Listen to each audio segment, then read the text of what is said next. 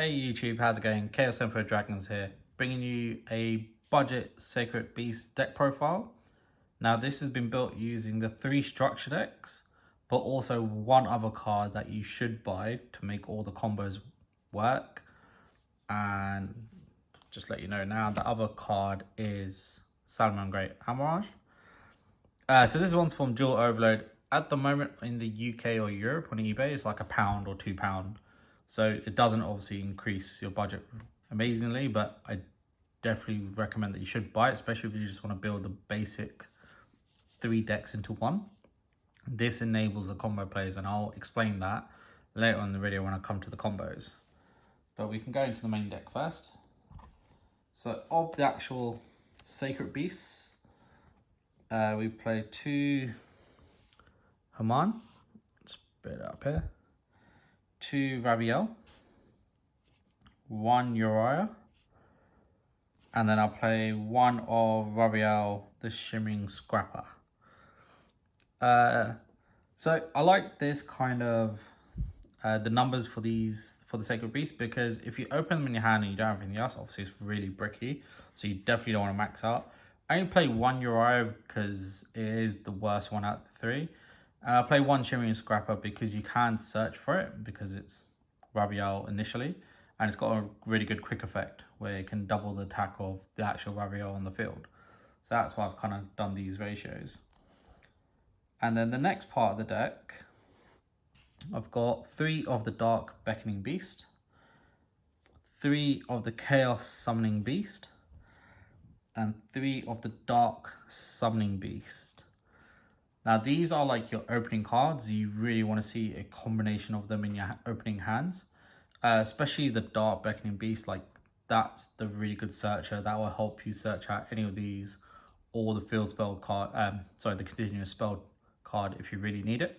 So you want to max out these. I don't play the core because it needs to be targeted by effect from either yourself or your opponent, or your opponent has to attack it, which is quite slow. Obviously it can dump all 3 of the Sacred Beasts graveyard, but I feel for what this deck's meant to do, that's quite slow, and you know, people will catch on to it quite quickly. So I just cut it from the deck. I don't think it's worth playing.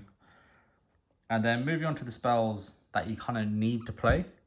3 Opening on the Spirit Gate. So this is your other searcher with your Dark Beckoning Beast. So a combination of these 2 cards is practically full combo. And this will search out pretty much any of these cards because it has the text of either the Sacred Beasts or the name. And then the other thing it can do is you can discard 1 card and then special summon a Fiend from your graveyard that has 0 attack and defense. So this is the spell that will basically special summon out this. So you definitely want to max out on that. Next, I'll play 2 Fallen Paradise. So you can actually, so this is the field spell that will protect the Sacred Beast from being targeted by card effects or destroyed by card effects. And then if you have one of them on field, it will allow you to draw 2 cards as well. So it's a really good field spell, but you can search it with a Chaos Summoning Beast, so you don't have to max out on it, and you have other ways to get to it as well. Next, I'll play 2 Cerulean Skyfire. So this is a spell or trap negate if you have Hanuman on the field, and then it'll switch Hanuman into fence because it has its effect that if it's in defense mode, your opponent's monsters have to attack it. So quite good card. Then I'll play 2 Dimension Fusion Destruction. So it's obviously to get your fusion monster Armityle, and then obviously you can attack the game. You know, you can max out at 3 if you really want. I don't feel like it's worth it, so, but I'll put it in because it is a nice play of the deck. And then I'll actually play 3 Pot of Desires just for draw power, and that's kind of why else I'll max out on these cards here, because if you banish any of them, at least you can still get to them. And then for the traps, I'll play 1 of the Hyperblaze, mainly for its special summon effect from the graveyard rather than its ability to bring out Uriah easily. Then I'll play 2 Awakening of the Sacred Beasts, because you can always sort of end your turn if you have the right cards in your hand on 2 Sacred Beasts, and then have the effect of negating your opponent's activated effects, which is really cool. And then I actually play 2 Escape from the Dark Dimension. Because you end up banishing Dark Summoning Beast and Chaos Summoning Beast, and they're very useful, this is just quite handy to play to like bring them back and then use their effects again. So I'd say this is your core. Like these 30 cards are the 30 cards you'll probably see very consistently across everyone's budget decks. So you'll always see these combination of these 30 cards. Maybe some people might play 1 or 2 more Sacred Beasts, but generally these 30 are going to be the same in everyone's deck profiles. Or this is what I feel anyway, but you know, you can check and go from there. So then the last 10 cards are purely up to your preference or how you prefer to play. So for what I've gone for the last 10 cards are 2 Raiden Kaiju, just in case you're going second and your opponent has a troublesome monster, it's just an easy way to get rid. And then, so that's it for extra monsters that I play. And then for spells, for spells, I play 1 for 1. Really good way to get to Chaos Summoning Beast. I play a Terraforming, just another way to get to your field spell. Then I play a Set Rotation with the Mound of the Bound Creator, just to give your opponent a different field spell from yourself. Just so it's another way to get to your field spell.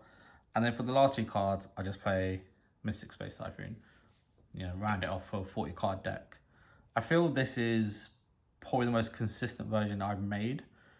Obviously, other people have different versions, but this will be the most consistent, and you don't have really quite a few cards in here which are like really situational. Like this will just help you get to your, what I believe is your best board, like at least the most consistently as well. Cool. And in the extra deck, so if you remember from the actual structure deck, there's not much. So as I said, you do need the 1 Samurai Great Armorage, so you know, definitely worth to buy. It's £2, easily raidable, buy it. It helps the deck so much. And then even though you've only got 2 the destruction for the actual fusion, I'll play 1 Phantasm Emperor and then 3 of the Arm Tower just to give you options. And that's the deck profile.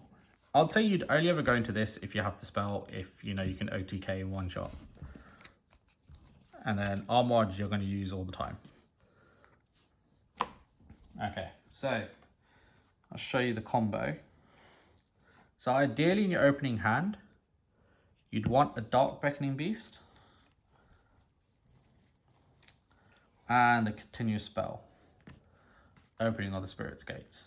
So these are the 2 cards you really want in your hand. So you can activate one or the other first, it's up to you. So I can activate the Dark Beckoning Beast, get its effect to search. So we'll search the Dark Summoning Beast. So that's in our hand. And then we can activate Opening of the Spirit Gates, which gets you another search. So I'm going to add Chaos Summoning Beast.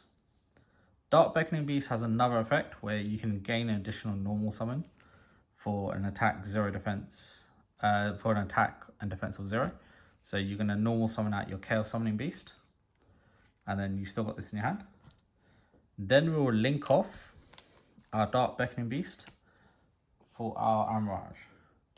Now the reason this is so important is to use Opening Spirit's Gates effect of the discard to summon 1 from the graveyard. So you're going to discard your Dark Summoning Beasts. You need a legal target in the graveyard first, which is our Dark Beckoning Beast. If I move that along to make it a bit easier. Apologies for the glare, I will work it out. So this is our graveyard. We need a legal target in the graveyard before we can discard to special summon this back. So that's why Armorage is really important. And that's why I said, like, if you want a budget deck and you don't really want to buy any other cards, this is the 1 card you really should buy. So anyway, we'll activate its effect, we'll discard, and then use the effect to summon it back out. And now we can sort of go from there. So we contribute the Dark Beckoning Beast, Dark Summoning Beast, to summon out Hanuman. So there you go, you got your 1. Then you can banish the Dark Summoning Beast to add a different Sacred Beast to your hand.